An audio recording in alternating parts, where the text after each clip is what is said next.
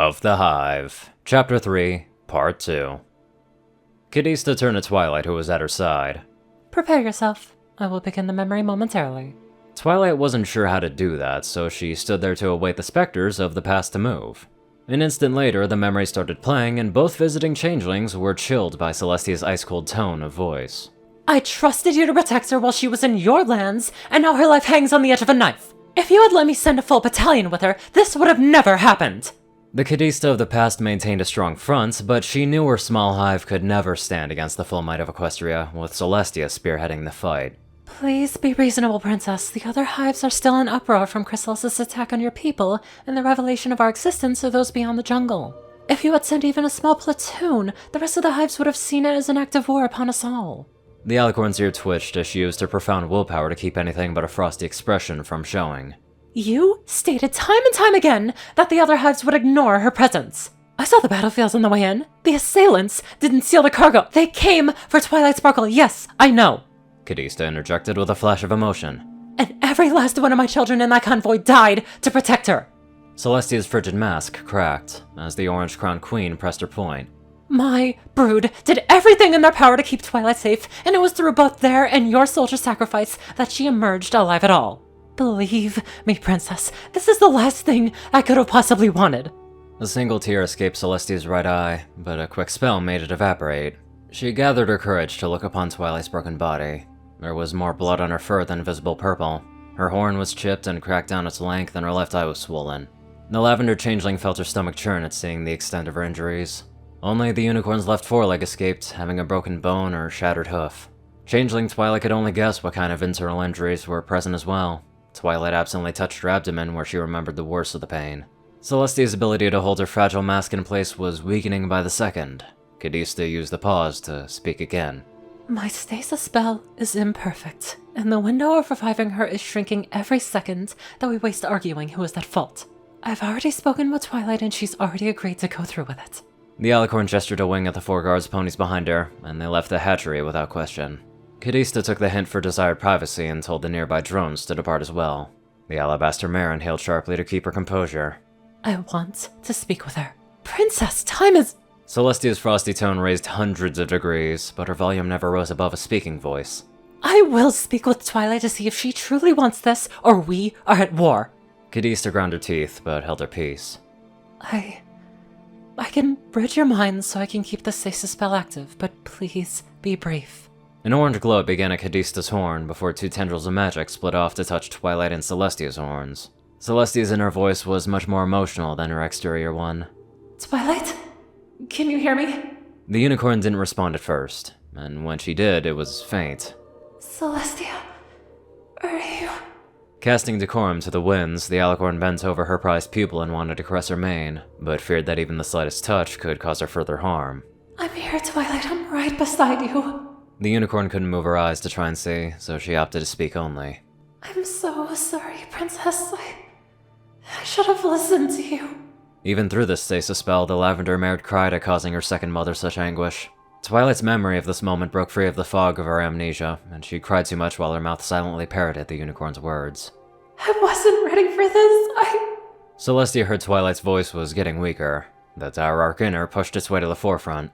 Twilight, listen to me. Cadista says that she can heal you in one of her chrysalises. Did you agree to let her turn you into a changeling? Twilight's voice was racked with fear and sobs. Yes. I'm scared, Celestia. I don't want to forget you, but I'm too afraid to die. Celestia knew time was running short, as Twilight's voice continued to grow weaker. The lavender changeling's returning memories became increasingly clouded and blurry, as her past self came closer and closer to death's door. Thankfully, the waking dream remained clear. Twilight's confirmation was the last thing making Celestia hesitate in letting her go. She faced Cadista and shouldered the weight of her decision upon her withers. Do it. Save my daughter. Cadista acted with great care, and levitated the unicorn above the open egg and slid her through the top of the chrysalis and into the orange fluid below. A caretaker drone entered silently and applied the gel to seal the cocoon. Neither member of royalty uttered a word until the caretaker left. The alabaster alicorn's composure was hanging by a thread when she spoke to Cadista. Please, leave us. Cadista nodded her compliance and turned to leave. As the past version of Cadista departed, the hatchery turned black. Soon it was absent completely when the queen closed the door behind her. Even though the room was visually gone, Callista remained by the door. This left the lavender changeling in a black void with only the sound of her broken heart weeping in pain. Eventually that too faded, as the morose queen moved further down the hall. Twilight was silent for a long while. Callista gave her time to brood, before offering some words that she'd hoped would sound comforting. She came to visit you as often as she could. The moment that you hatched, I had my ambassador inform her of the news. Twilight listened silently. She finally spoke again a minute later. We really cared for each other. The Lavender Mare said sullenly, without looking away from where Celestia's ghost disappeared. She still does, Twilight Sparkle. This time she did face her matriarch. Then why don't I feel that way towards her? I feel pity and sympathy for Celestia, but none of the love that passed between them.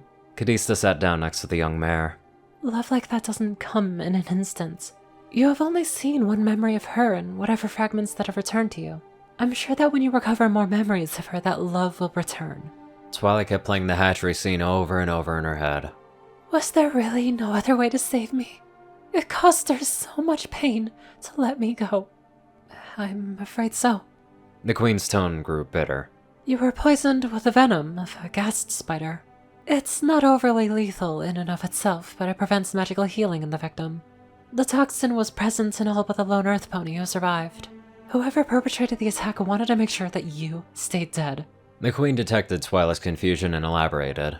The perpetrator was obviously not expecting Celestia to allow you to undergo rebirth into a changeling. It's the only process that we know that can counteract the venom if the victim is too far gone to survive their wounds until the poison passes.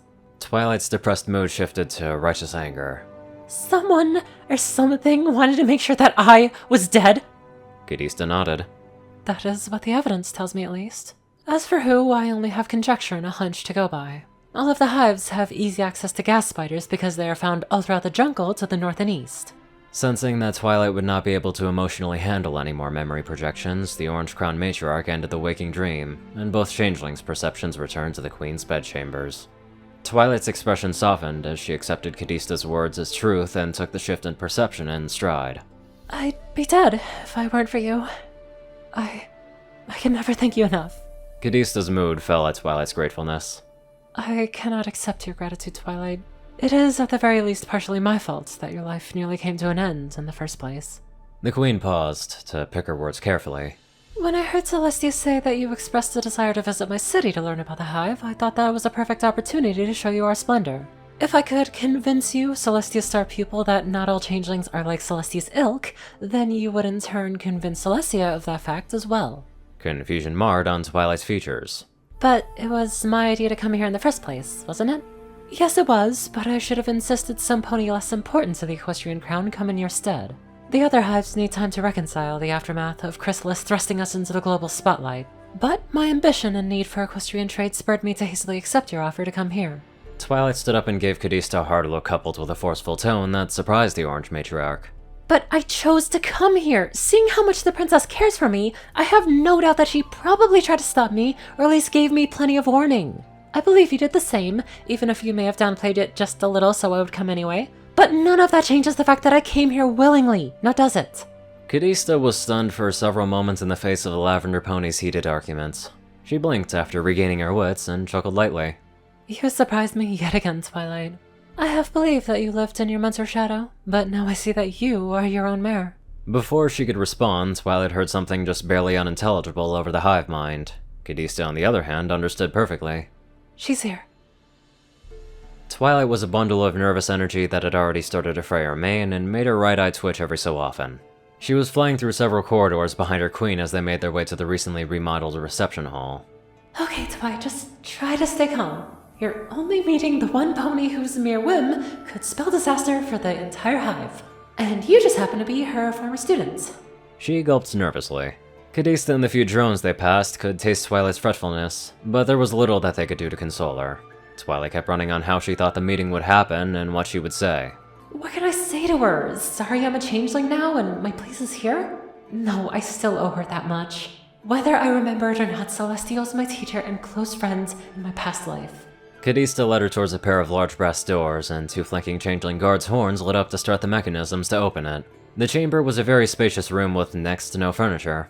The northern wall was actually a large open space with a balcony that allowed flying visitors to enter. A vastly complex set of blueprints made out in bronze relief decorated the floor. The schematics themselves were nonsense, only made by the artists who crafted it to look both scientific and pleasing to the eye, and Kadist also made sure that the commission was done that way so as to not give away any trade secrets to visitors. Standing in the center of the room with 10 Pegasi soldiers in gold-colored skysteel armor behind her was an apprehensive Celestia. Remembering that she used to be a unicorn, Twilight opted to stop flying before fully coming into view of the alabaster alicorn and walked inside. The moment the princess locked eyes with Twilight, the purple mare hesitated at the intense look of recognition and distress from Celestia. The Diararch passed a quick word to her escorts, who then turned about face. Oh boy, this is gonna be awkward. Not only that, but plenty of other emotions as well, you name it. Anywho, let's get on to our very strong donators. Top donators: Peter Coulthard, J Tin Man, Darkside, Gauntlet, and only one thing. TacoCat598, Zar630, Strix, Rayden, Narwhals, Blackmoonheart, Drake Lovedragon, Pastel Skies, Austin Roland, CrazyKiller557, Stu Hex, Will, Omicron Lyrae, Daspo, Delta Omega, Jack Cadge, RuneScythe9852, Madman Stan, Leslie Prickett, Hunter Norman, Stephen Bingham, LineGod12, Sorcerer Constantine, Hud Zaza, and many more amazing people. Thank you all so much for watching this video and live life to the fullest.